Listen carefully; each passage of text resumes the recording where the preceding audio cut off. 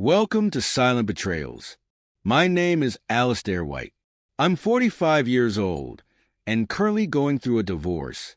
I have two adult children, aged 22 and 20, at the time this all happened. Let me tell you, I was not in a good place when it unfolded. It was a Saturday, and since I wasn't working, I decided to help my wife, Laura, with the housework because she wasn't feeling well.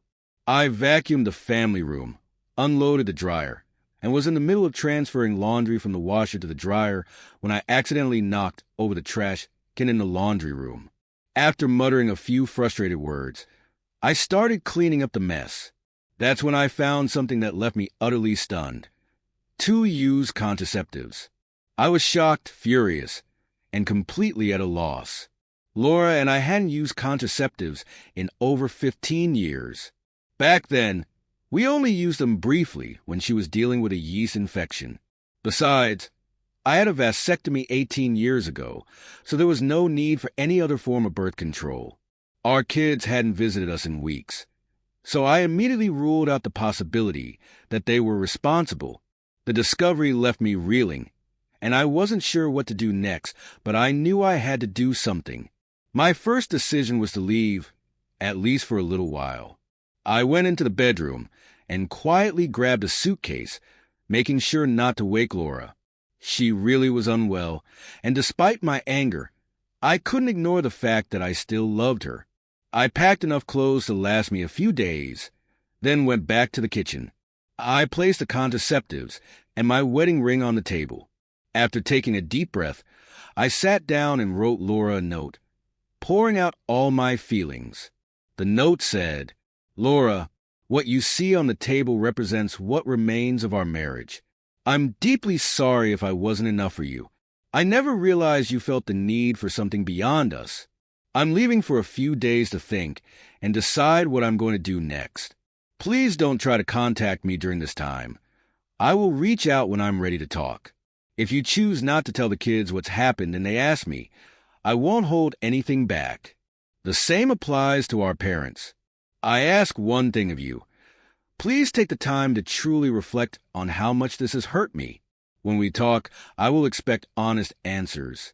Some of my questions will be difficult. Not because you won't know the answers, but because I will insist on hearing them, even if they are hard for you to say. If you don't want to answer them when the time comes, just tell me. I won't allow this betrayal to continue. If you're unwilling to end your relationship with your lover, let me know when I reach out. If that's the case, I will step away from your life. Lastly, this act has not only damaged our marriage, but also defiled our home. If we are to rebuild, selling this house will be necessary. Despite everything, I still love you, but this is a nearly fatal wound to our marriage. Alistair." After leaving the note, I loaded up my truck and drove away, possibly for the last time. The weight of everything hit me hard, and I had to pull over several times to wipe my eyes and regain my composure. At first, I wasn't paying attention to where I was heading, but I eventually realized I was driving toward the cabin my grandfather had left me. It was the perfect retreat. No phone, no cell service, and no internet. It was a place where I could think clearly and sort through my emotions without distraction. I turned off my cell phone and kept driving. For the next 3 weeks, the cabin became my refuge. I stayed there, leaving only to go to work. I made it clear at my workplace that I wouldn't be taking any personal calls during my lunch breaks in town. During this time, I took steps to protect myself financially. I moved some of the money from our joint savings into separate accounts to ensure at least half of it would be secure. Since Laura hadn't worked in years, I knew a divorce would likely be financially draining for me. Thankfully, my grandfather's trust fund and the cabin were protected assets, which gave me some peace of mind. Over those weeks of reflection, the raw intensity of my emotions began to settle. Eventually, I made my decision. On my way back toward town, I turned my phone back on once I was within range. When I checked my messages, I saw missed calls from about 10 different people. Along with Laura, there were calls from my kids, our minister, both sets of parents, and a few numbers I didn't recognize. Finally ready to face what awaited me, I dialed home. When Laura answered, I asked her directly if she was ready to answer my questions truthfully. Her response was immediate and completely unexpected. She burst into sobs, telling me that the police had been looking for me as a missing person and had questioned her to see if she'd harmed me. I waited for Laura to calm down, but when she finally stopped rambling, I repeated my question. Was she ready to give me honest answers? Instead of responding, she started babbling again. Frustrated and unable to get through to her, I hung up the phone. Next, I called my kids. Ethan, my eldest, answered. His first question stunned me. He wanted to know what I had done to make me run away. Shocked, I asked him if that's what Laura had told him. When he confirmed it, I replied that if he believed her version, there was no point in continuing the conversation. I then explained to Ethan what I had found in the trash that day and asked if he or his sister, Megan, had been to the house that week. He said he hadn't been there and wasn't sure about Megan. He mentioned that the last time he had spoken to her, she had recently broken up with her boyfriend and hadn't been seeing anyone since. Ethan's tone was cautious, but I could tell he was trying to piece things together, just as I was. I called Megan next, and her response was almost identical to Ethan's. It became clear that Laura hadn't told either of them the truth about what was happening. This realization only reignited my anger. Determined to set the record straight, I called the police station. I informed them that I was not missing and explained that I hadn't been in contact with my wife due to serious personal issues between us. When I mentioned that Laura knew I wasn't missing, they told me she had filed a report herself. They said they would review the situation and consult the prosecutor about the possibility of filing charges for a false police report. After dealing with the police, I called both sets of parents. As I expected, my parents supported me wholeheartedly. Laura's parents, on the other hand, immediately accused me of lying and berated me for hurting Laura. Their hostility didn't surprise me, but it was still exhausting. By then, I'd had enough. I made a stop at my boss's house, handed in my resignation, and explained that I needed time to focus on personal matters. With that done, I headed back toward the cabin. Before I could get out of cell range, Laura called. I pulled over and answered. Her tone was calmer now, and she simply asked when I planned to come home. Still fuming over being painted as the bad guy, I responded firmly. I'll come back to your love nest, but only if you tell everyone the truth. I will not be made the villain here. I didn't cheat on you. Those protections weren't mine, and I will not accept that house as my home anymore, I said firmly.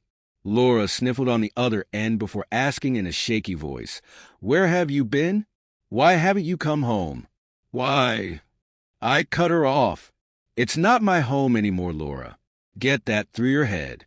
You don't need to know where I've been because you gave up the right to know when you cheated. After a pause, I added, I quit my job today, so you won't be able to call me there. And where I'm headed now, you don't need to find me. I'm not coming back. You should probably file for divorce because you can't sell the house without my signature, and I won't be paying the mortgage or utilities anymore. I waited for her response, but there was only silence on the line, followed by the sound of a dial tone. With that, I shut off my phone, got back on the road, and drove straight to the cabin. On the way, I stopped at a diner in the small village near the cabin for supper. After eating, I headed to the cabin, where I settled in for the night. The next morning, I returned to the village and stopped at the local post office to rent a P.O. box and update my mailing address. While in town, I noticed that our bank had a branch there, so I went in, identified myself, and informed them that I would be managing my accounts from their location moving forward. With those tasks handled, I called a close friend of mine who happens to be an attorney. I explained the situation and everything I had done so far. He assured me that I had taken the right steps to protect myself and advised me to keep documenting everything. An idea struck me, and I decided to call one of our neighbors, a well-known busybody. I asked if she had noticed any unfamiliar cars at the house recently. She eagerly shared that a bright red, flashy sports car had been parked in our driveway several times, often staying for hours at a time. The neighbor couldn't identify the make or model of the car, but mentioned that it had a vanity license plate reading Christ number 1. I thanked her and asked if she'd be willing to leave me a message on my cell phone if the car appeared again. Knowing her love of gossip, I figured not only would she comply, but the story would soon make its way through the entire neighborhood. Remembering that the minister had called, I decided to return his call. When he answered, I asked directly, "What did you need when you called earlier?" Without hesitation, he asked, "Why did you abandon your wife?" I couldn't help but laugh. "Why don't you tell me about your red Corvette?" I replied, "When was the last time you paid her a visit?" There was a long, heavy silence on the line, followed by the unmistakable click of a dial tone. Next, I called Laura. I told her she could leave messages on my cell phone, and I'd respond when I was back in range. Before hanging up, I added one final jab. "By the way, Laura, is the minister's tool better than mine?" There was a sharp gasp, a choked sob, and then silence as the call disconnected. Afterward, I called my lawyer again to update him on the situation. I explained the neighbor's observations about the minister's red Corvette, detailed how both he and Laura had reacted to my pointed questions, and shared how all signs seemed to indicate that he was the one responsible for leaving the protection behind. I instructed my lawyer to file for a legal separation, citing adultery as the reason, and to prepare divorce papers naming the minister as a correspondent. My reasoning was simple. Filing both would give Laura a choice. She could either contest the divorce or accept the separation, which she couldn't fight. My lawyer agreed and assured me the paperwork would be handled quickly. What followed, however, was more chaotic than I anticipated. True to form, our nosy neighbor wasted no time spreading the story about the red Corvette. Since several church deacons lived nearby, it didn't take long for word to reach the right ears. The minister was swiftly dismissed from his position. As for Laura, her situation took an even darker turn. She announced she was pregnant, was arrested for filing a false police report, and later, tragically, suffered a miscarriage. My son Ethan initially sided with Laura, which only deepened my frustration. I ignored his calls for over a month until he finally reached out using Megan's phone. When he told me Laura had admitted the truth, I felt a complicated mix of vindication and bitterness. Still raw from the ordeal, I let my anger get the better of me. In a moment of spite, I told Ethan I planned to get DNA tests for him and Megan to confirm their paternity. I even added that if they weren't mine, I would sue their biological father for back child support. My words hit him hard. Ethan broke down in tears and hung up. Of course, I already knew the kids were mine. DNA tests required for a school health program years ago had confirmed it. But my emotions clouded my judgment, and I unfairly lashed out at him for siding with Laura. Realizing I had gone too far, I called Megan to explain what I had said. I also asked her to encourage Ethan to call me again so I could apologize properly. Meanwhile, the prosecutor dropped the charges against Laura after I requested it. It was a small act of mercy on my part, though it didn't erase the pain she had caused. Knowing she couldn't escape the inevitable, Laura signed the divorce papers and moved out of town. Perhaps she wanted to leave the shame of her actions behind, or simply start fresh somewhere far from the mess she had created. As for me, I began taking steps to rebuild my life. I moved back into the house, but I knew it couldn't feel like home again without making some changes. The emotional weight of the past seemed to linger in every corner, so I decided to start anew in my own way. I replaced the beds in every bedroom, a small but symbolic gesture to wipe the slate clean. It gave me a sense of control, something I hadn't felt in a long time. Megan, always the responsible and nurturing one, decided to stay with me. She suggested hiring a housekeeper to help with daily chores, something I hadn't even considered. Megan moved back into the house to ensure I stayed on track and avoided falling into self-destructive habits. She never dated again after her breakup. When I asked if she'd thought about finding someone, she simply said, "No one could ever measure up to the kind of man I want. No one is as good as my daddy." Her words struck a chord deep within me. On one hand, They made me proud. On the other, they reminded me of the responsibility I carried. To be the man she admired, the one worthy of her respect. Then, out of the blue, I received a call from my old boss. We hadn't spoken in a while, so I was surprised to hear from him. He offered me a promotion, a new position with more responsibility, and, best of all, the option to work remotely. It felt like a lifeline.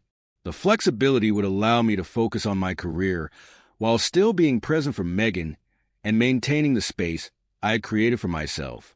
Slowly but surely, life began to feel good again. I had my health, my family, and the chance to rebuild in ways I hadn't imagined. The pain of the past was still there, but I was learning to manage it, to not let it define me anymore. The future, at last, seemed bright. Dear readers, I'd love to hear your thoughts in the comments below. Don't forget to like, share, and subscribe.